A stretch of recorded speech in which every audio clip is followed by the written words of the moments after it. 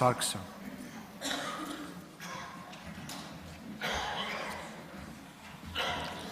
Ազգային ժողովի մեծարգո նախագահ, հարգելի գործընկերներ, ձեր քննարկմանն է ներկայացվում ազգային ժողովի կողմից առաջին ընթերցմամբ ընդունված Հայաստանի Հանրապետության քրեական օրենսգրքում փոփոխություն կատարելու մասին եւ ռազմական ոստիկանության մասին օրենքում լրացումներ եւ փոփոխություններ կատարելու մասին օրենքի նախագծերը, որոնց համաձայն առաջարկվում է վարժական հավաքներից խուսափելու համար քրեական պատասխանատվություն սահմանող քրեական օրենսգրքի 462-րդ հոդվածում հստակեցնել խուսափման դրսևորման ձևերը,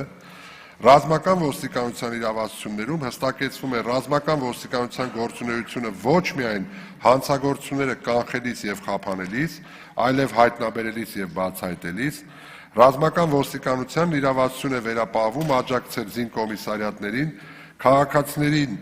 զինվորական հաշվառման, պարտադիր կամ զորահավաքային զորակոչի, պահեստազորային պատրաստության միջոցառումներին կազմակերպման գործընթացում, ռազմական ոստիկանությունը լիազորվում է ապահովելու քրեական վարույթ իրականացնող մարմինների գրավոր պահանջի հիման վրա վարույթի շրջանակներում ձերբակալված կամ կալանավորված զինծառայողների տեղափոխումը եւ ուղեկցումը նշված վայրեր, անհրաժեշտ քննչական եւ դատավարական գործողություններին մասնակցելու նպատակով։ Հարգելի գործընկերներ,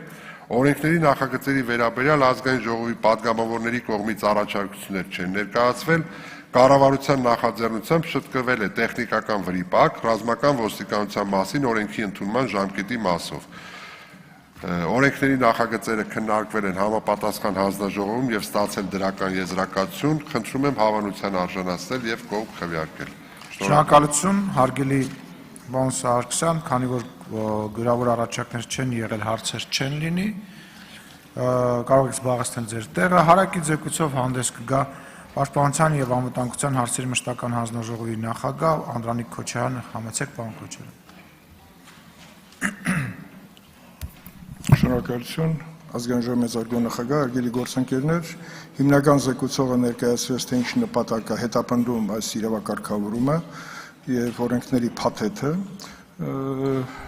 առաջին ընթերցման ժամանակ մանրամասն քննարկվել է հանձնաժողովում, ստացել դրական եզրակացություն, նույնը տեղի ունեցել նաեւ երկրորդ ընթերցման ժամանակ, ուստի խնդրում եմ կողմ քվեարկել, որովհետեւ այս իրավակարգավորումը լուծում է այն բացը, որը որ կօգնի մեր նմանատիպ խնդիրների լուծմանը։ Շնորհակալություն։ Շնորհակալություն, կարող եք զբաղեցնել ձեր տեղը, պարոն Քոչարյան, մտքերի փոխանակության համար գրանցում։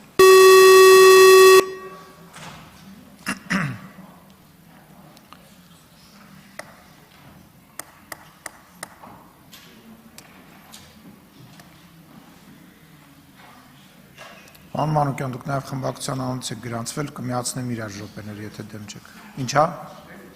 Հա, այդ եմ ասում։ Երելի հայրենակիցներ, այսօր այս դրական նախաձեռնությունը, որ կա, որ երկրորդ ընթերցմամբ քննարկվելու է, վերաբերում է գրեթե բոլոր մեր քաղաքացիներին, որովհետև ամեն մեկը իր առօրյա կյանքում տեղեկանում է, որ 25-օրյա վարժական հավաքներին կանչվում են հարևան, բարեկամ, աշխատակից ու այսպես շարունակ եւ հազարավորներ։ Իհարկե ելույթումս բոլոր անհանգստությունները բխում են մեր երկրի ազգային անվտանգության, պաշտպանունակության մտահոգություններից եւ լիովին անկեղծ են, որտեղ մեր անվտանգությանը եթե վտանգ սպառնա, տարբերություն չկա Գեգամ Մանուկյանին, թե Քոչարյան Անդրանիկին, Արթուր Խաչատրյանին, թե Հայկ Կոնջորյանին։ Արդեն 2 տարի է, 2-3 տարի է 25-օրյա վարժական հավաքների հետ կապված կառավարությունը բազմաթիվ փոփոխություններով հանդես է գալիս։ Բայց որ հետևում ենք այդ փոփոխություններին, բոլորը խստացումներ են, բոլորը հստակեցումներ են, որովհետև քաջ գիտակցում ենք, որ 25-օրյա վարժական հավաքների հետ կապված կան մեծագույն խնդիրներ։ Որովհետև խուսափումները շատ են, եւ ինչն է մարդուն ստիպում խուսափել, անվստահությունը, անպաշտպանվածությունը, 25 օր իր աշխատավայրից զրկվել է, 25 օր ոչ գրանցված աշխատանքից զրկվել է, ընտանիքից զրկվել է եւ բազմաթիվ այն խնդիրները, որը 25-օրյա վարժական հավաքներից վերադարձողները պատմում են իրենց ընկերներին, հարևաններին, աշխատակիցներին, ինչպես առօրյա կյանքում բոլորս ականատես ենք, որտեղ 25-օրյա վարժական հավաքները ոչ թե վարժական հավաքներ են, ինչպես ձևակերպված է օրենքը, այսպես սիրուն վարժական հավաք, այլ 10 օր հետո 15 օր մարտական հերթապահության հավաքներ են, որովհետև վարժական հավաքները Հայաստանում ի սկզբանե նաև աղճատվեցին, որտեղ վարժական հավաքների անվան տակ քաղաքական նպատակներով տասնյակներով մարդիկ զորակոչվեցին Անդրանիկ Քոչարյանի կոչով, հիշում եք հայտնի դեպքերը, որովհետև պրոբլեմ կա, որտեղ գյուղիդ վարժական հավաքների շատ ավելի պարտաճանաչ են գնում, քան Երևանից,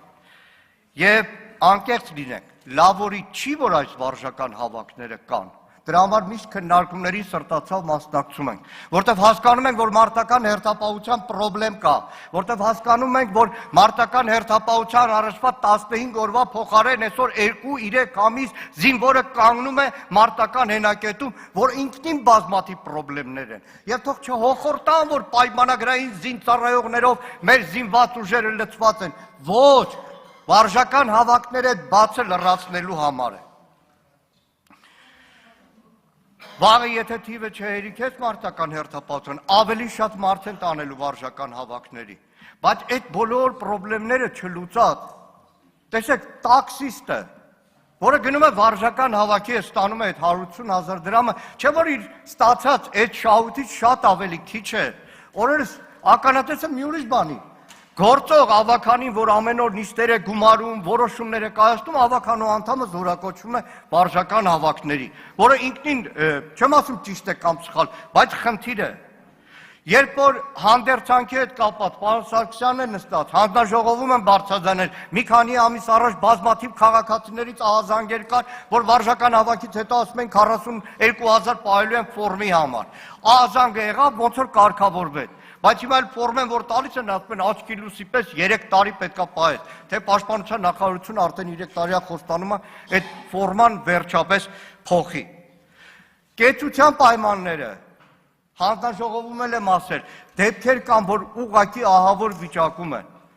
Իհարկե,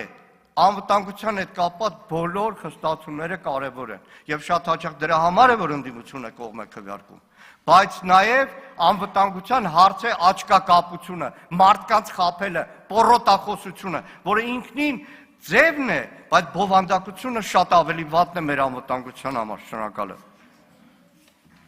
Շնորհակալություն։